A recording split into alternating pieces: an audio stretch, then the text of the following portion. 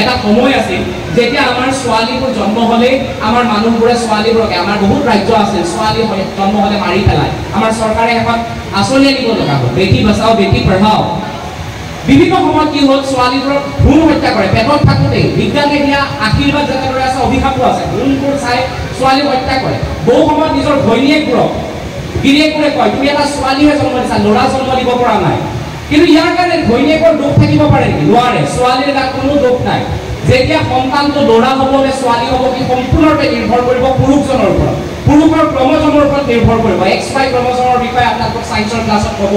ই সম্পূৰ্ণৰূপে নিৰ্ভৰ কৰিব পুৰুষজনৰ ওপৰত পুৰুষজনৰ ক্ৰমজমৰ ওপৰত নিৰ্ভৰ কৰিব তেওঁৰ সন্তান ল'ৰা হ'ব নে ছোৱালী হ'ব কিন্তু বহুতেই ভাবে যে ঘৈণীয়েকে সন্তান ল'ৰা জন্ম দিব পৰা নাই ছোৱালী জন্ম দিছে কিন্তু এজনী ছোৱালীয়ে ভাৰত কঁপাইছিল কোন আছিল ইন্দিৰা গান্ধী এজনী ছোৱালীয়ে আমাৰ মহাকাশলৈ গ'ল কোন সুনিতা উইলিয়ামছ এজনী ছোৱালীয়ে আমাৰ ভাৰতবৰ্ষ চলাই আছে কোন আমাৰ ৰাষ্ট্ৰপতি দ্ৰৌপদী মুৰ্মু তেতিয়া ছোৱালী হোৱাত কি সমস্যা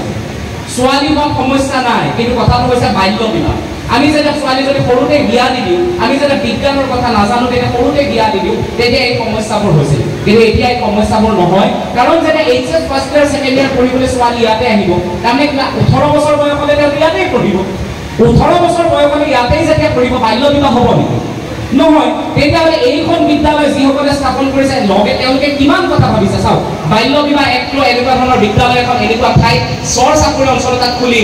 হায়াৰ ছেকেণ্ডাৰী খুলি ছোৱালীবোৰক ইয়াতে এডমিশ্যন দি কি কৰিলে বাল্য বিবাহ বন্ধ কৰিলে প্ৰথম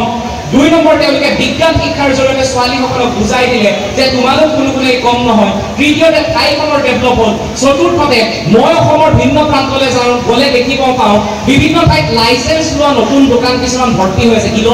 লগাই থৈ দিছে আগত নামটো নকওঁ বহুত আছে আৰু এইফালে আহিছোঁ যিমান দেখিছোঁ কেৱল বিদ্যালয় আৰু বিদ্যালয় এটা আন্দোলন গতিকে এনেকুৱা বিদ্যালয় এখন স্থাপন কৰা মূল মানুহজনৰ বাবে এটা ডাঙৰ শক্তি হ'ব লাগে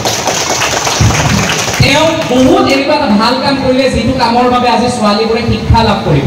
আজি আৰু ঘৰত তেওঁলোকে পতাত মছলা পিচি থাকিব নালাগে তেওঁলোকে এদিন ডক্টৰ হ'ব তেওঁলোকে এদিন ইঞ্জিনিয়াৰ হ'ব আটাইতকৈ ডাঙৰ কথা তেওঁলোক এখন সমাজৰ এদিন মা হ'ব ইয়াতে প্ৰথমতে সমবেত সংগীত এটা গোৱা হৈছে আইৰ চৰণত ধৰি কোনোবা দিনা শুনিছে পিতাইৰ চৰণত ধৰি বিদ্যালয়লৈ আহিছোঁ গোৱা শুনিছে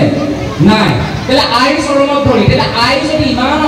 আমাৰ যদি আইয়ে ইমান শক্তিশালী তেলে আইক আমি কিয় ঘৰৰ মাজত কাপোৰৰ মাজত আবদ্ধ কৰি ৰাখোঁ আইক আমি পঢ়াব লাগিব আইক আমি শিক্ষা দিব লাগিব আৰু তেতিয়া এনে ধৰণৰ ছায়েন্স ইনষ্টিটিউটসমূহ আৰম্ভ হ'ব লাগিব